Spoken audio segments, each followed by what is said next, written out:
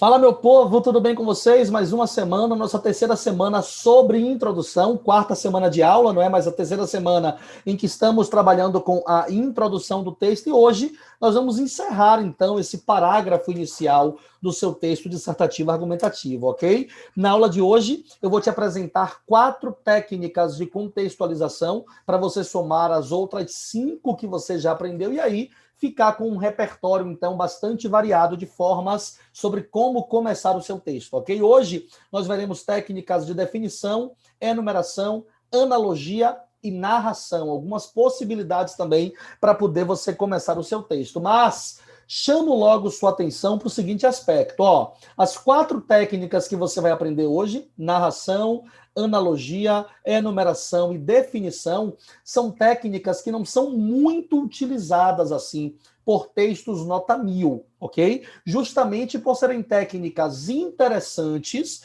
mas que não apresentam repertório sociocultural. É diferente, por exemplo, de você começar com uma alusão histórica, em que você já apresenta um conhecimento de história logo no começo do seu texto, não é? É diferente de você começar com uma referência artística, com uma citação, com uma referência jurídica, que são formas de inicialização do texto que já mostram para o corretor que você tem repertório. As 4 técnicas de hoje, é importante que fique claro para vocês, que são técnicas válidas de contextualização, mas que você só vai utilizar se você estiver diante de um tema para o qual você tem pouco repertório, beleza? Tendo repertório histórico, artístico, filosófico, enfim, use outras técnicas que foram as que eu ensinei para vocês anteriormente, beleza? Vamos lá então começar? Primeiro, técnica da narração. E aí muitas pessoas me perguntam assim, como assim? Né, para fazer uma redação dissertativa argumentativa, eu posso colocar narração num texto dissertativo argumentativo? Claro que pode, ok? Você pode começar a sua introdução narrando uma situação fictícia. Mas, galera, é importante que vocês entendam que essa narração tem que ser uma narração sucinta, algo rápido, algo breve, ok? Eu não posso levar metade do meu parágrafo introdutório fazendo a narração. Tem que ser algo curto, ilustrativo, que apresente, de repente, algum personagem, alguma situação específica, por ser algo fictício. É importante que você coloque, entre aspas, toda essa citação, para evidenciar, portanto, que é uma parte deslocada do seu texto, beleza? E aí depois você fecha as aspas, não é? E segue o seu texto estabelecendo uma relação entre o tema e a situação que você narrou, beleza? Olha esse exemplo aí. O tema é os efeitos imediatos e posteriores da evasão escolar na vida do cidadão brasileiro. Então, olha que tema recortado. Você vai falar de evasão escolar, mas você não vai falar sobre o que causa a evasão escolar nesse texto. É importante que você aborde o que vem como consequência. Quais são os efeitos da evasão escolar? E aí, ó, a proposta de redação pede que você aborde tanto um efeito imediato, a criança sai da escola hoje, o que é que ela sofre como consequência hoje, como também aborde efeito posterior, no futuro, quais são as consequências, quais são os efeitos que essa criança vai sofrer, não é? E aí, optei por começar esse parágrafo para esse tema com uma narração muito simples, ó, que nem rendeu uma linha digitada aí. Acompanhem. João, ausente. Maria, não veio. Pedro, faltou. Ponto. Fecha as aspas. Essa narrativa ilustra a realidade de muitas escolas brasileiras, sobretudo públicas, espaços nos quais a evasão escolar se faz presente. Estão vendo? Eu comecei fazendo a narração, bem simplória, de uma situação em que a professora ou o professor faz uma chamada e 3 dos alunos chamados não estão presentes, e logo depois eu coloquei que é uma narrativa, que é uma narração fictícia, que ilustra a realidade das escolas, principalmente escolas públicas brasileiras, ok? Porque nessas escolas a evasão escolar se faz presente. Ainda brinquei com o trocadilho da chamada, dizendo que a evasão escolar se faz presente, ok? Essa prática torna-se perigosa na medida em que, ao deixar de frequentar as aulas, as crianças e os jovens não desenvolvem habilidades fundamentais para a vida social. Isso vai aparecer no D1. É um efeito imediato. Quando a criança ou jovem deixa de frequentar a escola, ele é prejudicado no seu processo de sociabilização. Ele deixa de desenvolver, então, habilidades que são importantes, fundamentais para a vida social, ok? O que reverbera em um futuro de subemprego. Olha o efeito posterior. Uma criança e um jovem que deixa de frequentar a escola hoje, no futuro, vai ser destinado, não é, vai ser predestinado ao subemprego. Nesse contexto, é importante traçar caminhos que revertam a saída em massa das escolas, pois os seus efeitos são danosos e duradouros.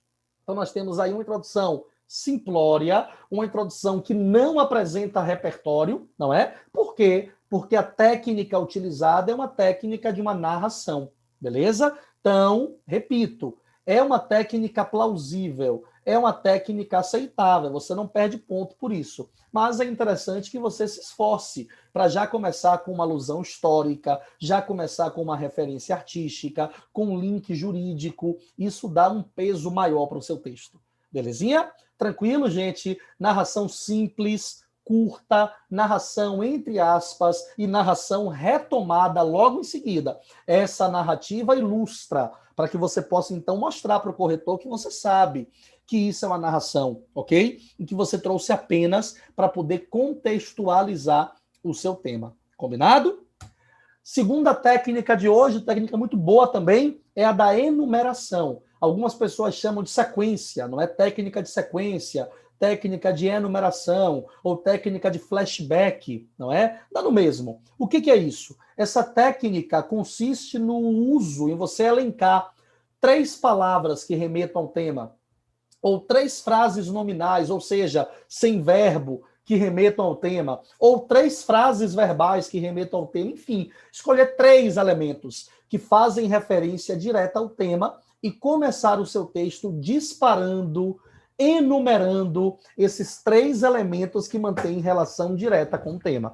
Claro que em seguida você precisa evidenciar, não é? Que essas 3 situações que você enumerou, ou que esses 3 sentimentos que você listou, ou que essas 3 personalidades que você citou, ok? Relacionam-se de alguma forma com o tema. Olha o exemplo: empreendedorismo em debate na sociedade brasileira do século XXI. Ok? O tema é esse. Vou fazer uma redação, então, sobre empreendedorismo. Vou colocar a prática de empreender em debate, ou seja, eu vou contrastar pontos de vistas acerca do empreendedorismo. E aí a técnica utilizada foi uma sequência de palavras que remetem ao empreendedor: criatividade, comprometimento e iniciativa.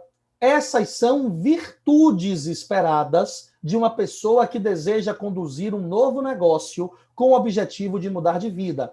Essa prática, conhecida como empreendedorismo, evidencia-se cada vez mais no cenário econômico brasileiro do século XXI, sobretudo em momentos de crise.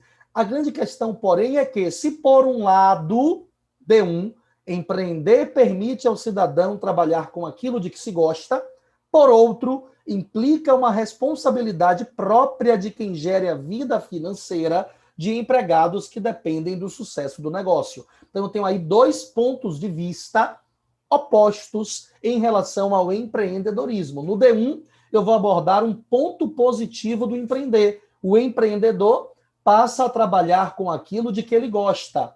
No D2, eu vou fazer uma ponderação de que, ao empreender, a pessoa tem responsabilidade sobre a vida financeira dos empregados também, que dependem do sucesso desse negócio. Dessa maneira, explicito a tese, faz-se necessário debater, a palavra debate aparece na proposta de redação, acerca dessas questões, uma vez que o equilíbrio deve ser ponderado ao se iniciar uma nova vida econômica. Beleza? Vejam que a sequência que eu tenho aí é de palavras: criatividade, comprometimento, iniciativa. São 3 substantivos abstratos, galera. Então, importante perceber esse equilíbrio, ok? Não seria interessante colocar criatividade, que é um substantivo, comprometimento, que é um substantivo, não é? E colocar depois, sei lá, inteligente, que é um adjetivo. Entende? Se é para colocar substantivo, vamos colocar 3 substantivos. Se é para colocar adjetivo, criativo, comprometido, inteligente, tudo bem. Coloque, então, 3 adjetivos, entende? É importante que você mantenha esse equilíbrio. Se são 3 palavras, são 3 palavras. Não coloque criatividade, comprometimento, ter iniciativa. Palavra, palavra, frase verbal. Não. É importante que essa sequência, que essa enumeração tenha uma coerência morfossintática. Substantivo, substantivo, substantivo. Beleza? Além disso, a coerência lógica semântica também deve ser observada. Criatividade, comprometimento e iniciativa são virtudes, ok? Então eu posso dizer, posso retomar, essas são virtudes esperadas, beleza? Eu não teria lógica eu colocar, por exemplo, 2 virtudes e 1 defeito, por exemplo. Criatividade, comprometimento, egoísmo. Entende? Então, assim, preciso usar a lógica para poder, então, utilizar a técnica da enumeração para poder começar bem a minha redação dissertativa argumentativa. Beleza? Penúltima técnica é a técnica da definição. Como o próprio nome sugere, você vai definir uma palavra-chave que aparece no tema, ok? Então, se o ano passado o Enem te cobrou o estigma associado às doenças mentais na sociedade brasileira, você poderia começar o seu texto definindo doença mental ou definindo estigma, ok? Para a partir daí, então, linkar todo o tema que você vai desenvolver, certo?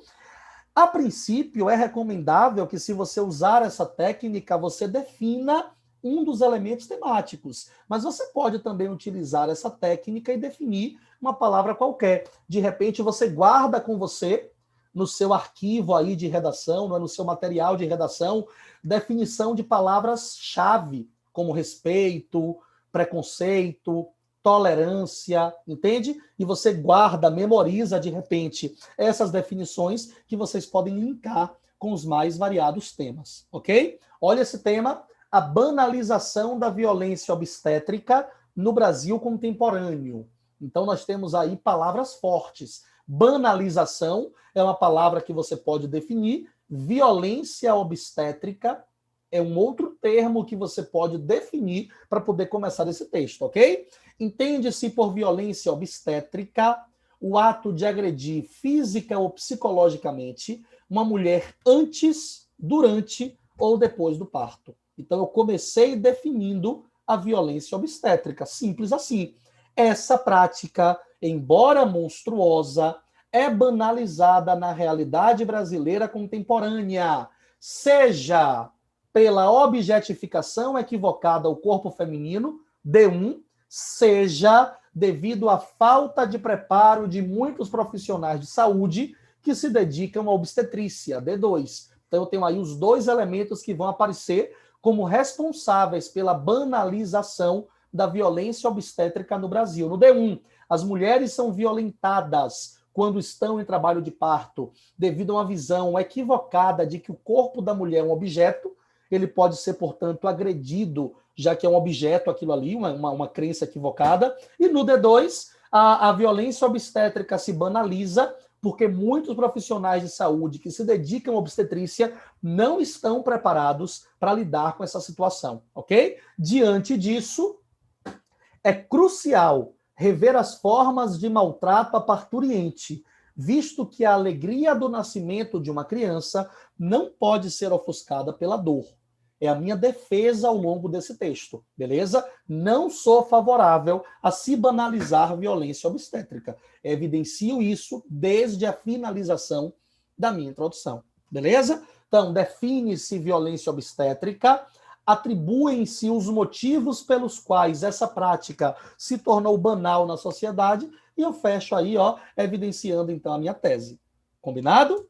E para fechar essa sequência de aulas sobre introdução, nós temos aí a última possibilidade, não é? Óbvio, que eu indico para vocês, existem outras várias possibilidades, é bem verdade. Eu escolhi 9 para poder indicar para vocês, ok? A última, então, que eu vou indicar é a da analogia, certo? Em que consiste isso? Você deve começar seu texto traçando um paralelo entre dois pontos distintos, de modo a chamar atenção para algo nunca antes imaginado.